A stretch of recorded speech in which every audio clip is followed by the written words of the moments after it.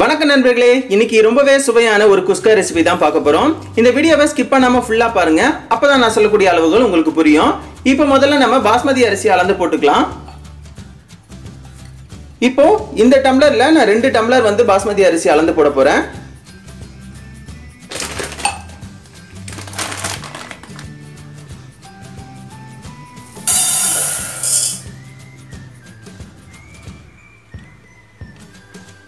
இப்போ 2 டம்ளர் வந்து அளந்து போட்டாச்சு.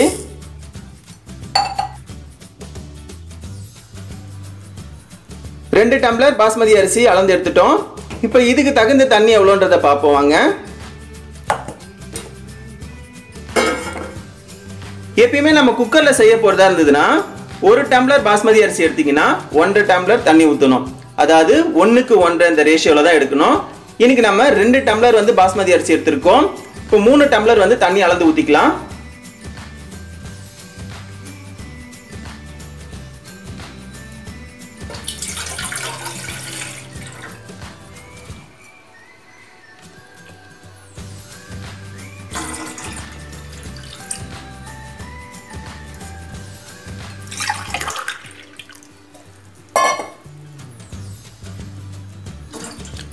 மூணு டம்ளர் வந்து தண்ணி அளந்தாச்சு. இப்போ இந்த தண்ணியை வந்து இன்னொரு அடுப்புல வச்சு சுட வச்சுப்போம்.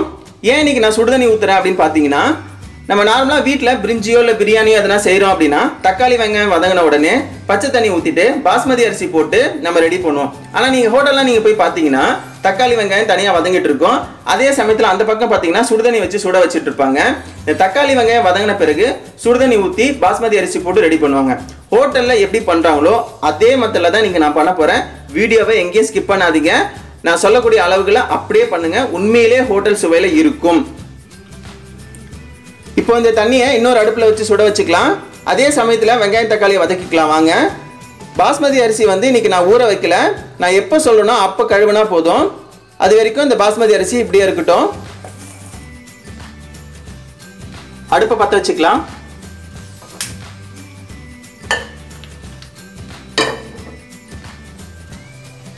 இப்போ தேவையான அளவு எண்ணெய் ஊத்திக்கலாம்.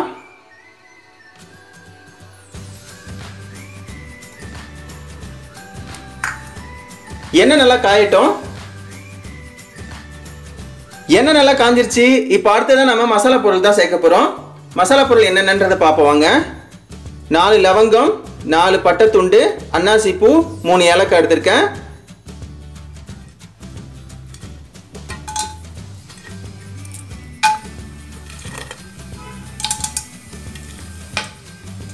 எப்பயுமே நம்ம மசாலா பொருள் சேர்க்கும் போது எண்ணெய் நல்லா காஞ்சிருக்கணும்.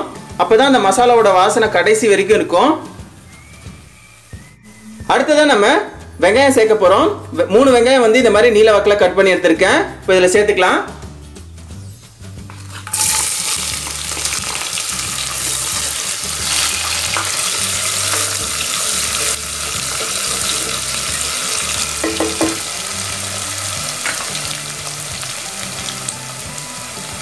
நாலு பச்சை மிளகாய் கீரி எடுத்திருக்கேன்.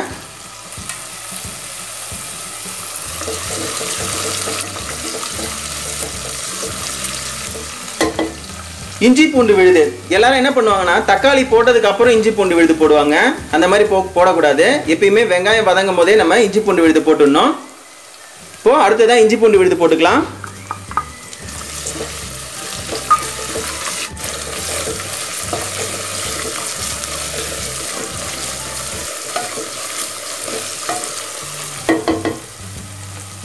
இப்போ வெங்காயம் நல்லா வதங்கணும். அந்த இஞ்சி பூண்டோட அந்த பச்சை வாசனை நல்லா போகணும்.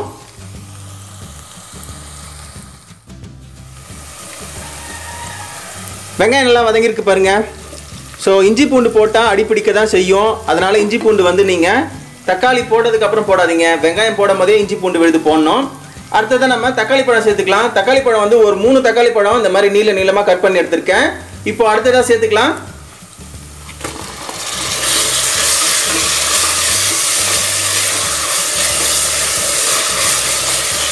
இந்த தக்காளி பழத்து கூடவே 1 கப் வந்து கொத்தமல்லி தழை போட்டுக்கிறேன்.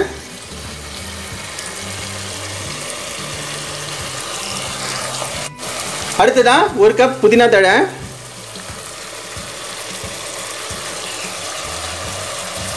இப்போ தக்காளி நல்லா வதங்கணும், கொஞ்சமாக உப்பு சேர்த்துக்கலாம்.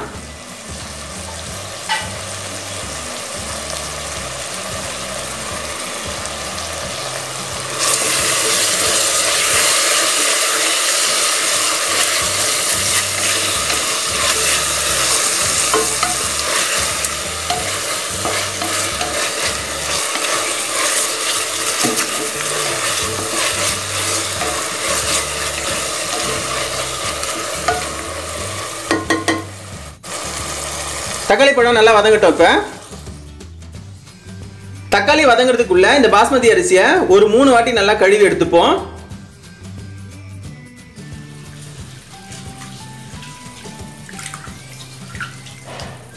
அவ்வளோதாங்க. தக்காளி பழம் நல்லா வதங்கிருக்கு பாருங்க. ஸோ அடுத்ததான் நம்ம மிளகாய் தூள் சேர்த்துக்கலாம். காஷ்மீரி மிளகாய் தூள் தான் சேர்க்குறேன். 2 ஸ்பூன் காஷ்மீரி மிளகாய் தூள்.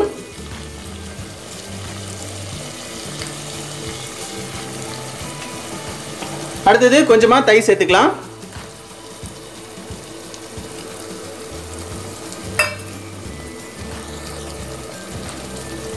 நல்லா கலந்து விட்டுக்கலாம்.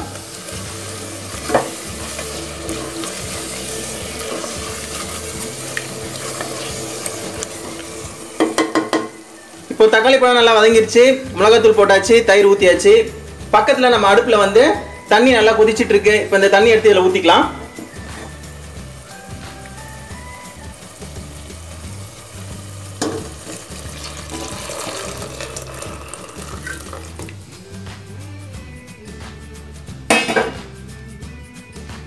நல்லா கலந்து விட்டுக்கலாம். இப்போ அடுத்ததான் நம்ம இதுக்கு தேவையான அளவு, ஏற்கனவே வதங்கும் போதே நம்ம உப்பு போட்டிருக்கோம். இப்போ இன்னும் கொஞ்சம் உப்பு போட்டுக்கலாம்.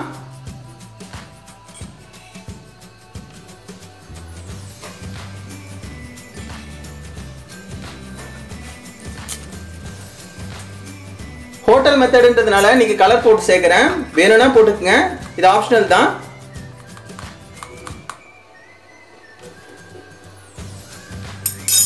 இப்போ இதெல்லாம் நல்லா கலந்து விடுவோம்.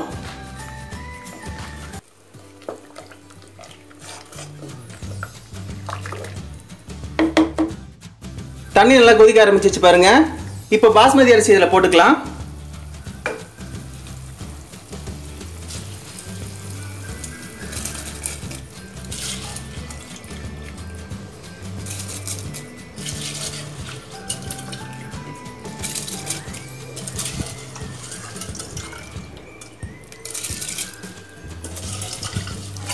தண்ணி எதனா இதில் இருந்ததுன்னா இருத்துருங்க.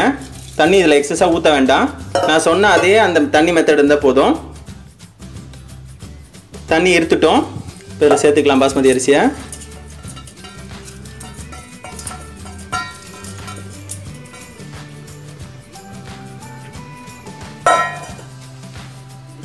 எல்லாம் கலந்து விட்டுப்போம்.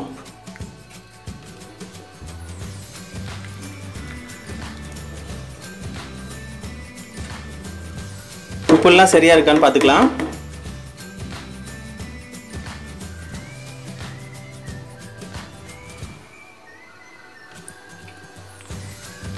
கரெக்டா இருக்குங்க உப்புலாம்.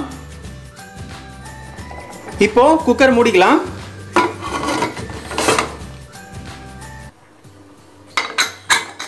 கரெக்டா இது ஒரு விசில் வந்த உடனே ஆஃப் பண்ணிடலாம்.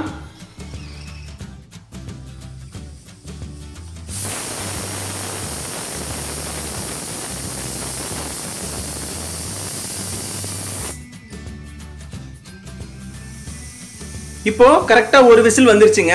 இப்போ நார்மலா நம்ம வீட்டில் எல்லாரும் என்ன பண்ணுவாங்க, விசில் வந்து அடுத்த நிமிஷமே ஸ்டீம் எல்லாத்தையும் ரிலீஸ் பண்ணிட்டு ஓப்பன் பண்ணி பார்ப்பாங்க. அந்த மாதிரி பண்ணக்கூடாது.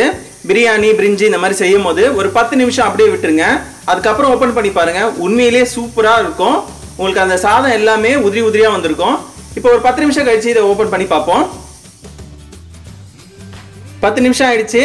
இப்போ ஓப்பன் பண்ணி பார்க்கலாம்.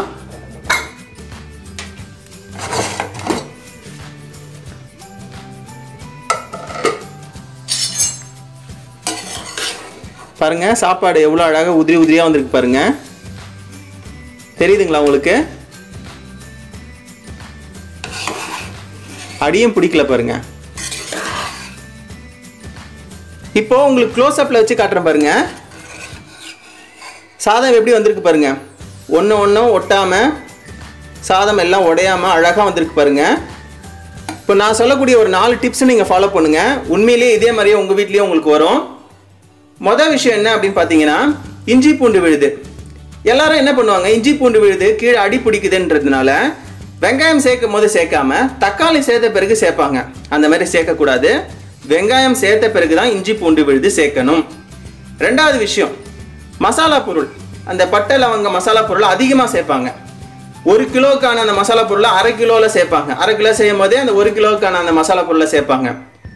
மசாலா பொருள் ரொம்ப கம்மியாக தான் இருக்கணும். அதிகமாக இருந்ததுன்னா வாசனை அதிகமாகிடும், நம்மளுக்கு சாப்பிடவே திகட்டிடும். அந்த மாதிரி பண்ணக்கூடாது. மூணாவது விஷயம், தண்ணியோட அளவு. இப்போ நான் என்ன தண்ணியோட அளவு உங்களுக்கு சொன்னனோ அதே தண்ணி அளவு மட்டும் ஃபாலோ பண்ணுங்க. உண்மையிலேயே இதே மாதிரியே உதிரியாக வரும். நாலாவது விஷயம் என்னன்னா பொறுமை. இந்த விசில் வந்த அடுத்த நிமிஷமே ஸ்டீம் எல்லாத்தையும் ரிலீஸ் பண்ணி ஓப்பன் பண்ணி பார்ப்பாங்க. அந்த மாதிரி பண்ணக்கூடாது. ஒரு 10 நிமிஷம் வெயிட் பண்ணி அதுக்கப்புறம் ஓப்பன் பண்ணி பாருங்க. உண்மையிலேயே நல்லா வரும். எல்லாரும் பயப்படுவாங்க, ஐயோ அடி பிடிச்சிருமோ இல்லை குழஞ்சிருமோன்னு சொல்லிட்டு டக்குன்னு உடனே ஓப்பன் பண்ணி பார்ப்பாங்க.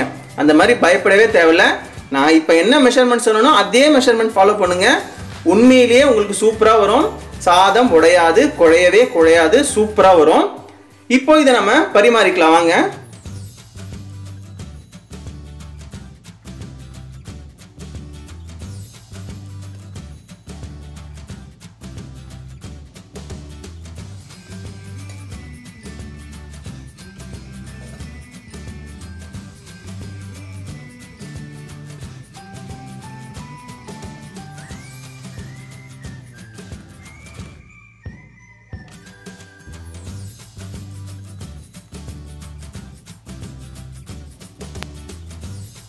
ரொம்பவே சுவையான குஸ்கா ரெசிபி தயார்.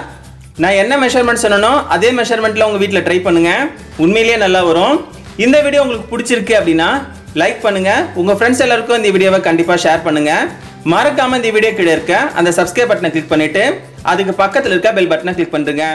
நன்றி.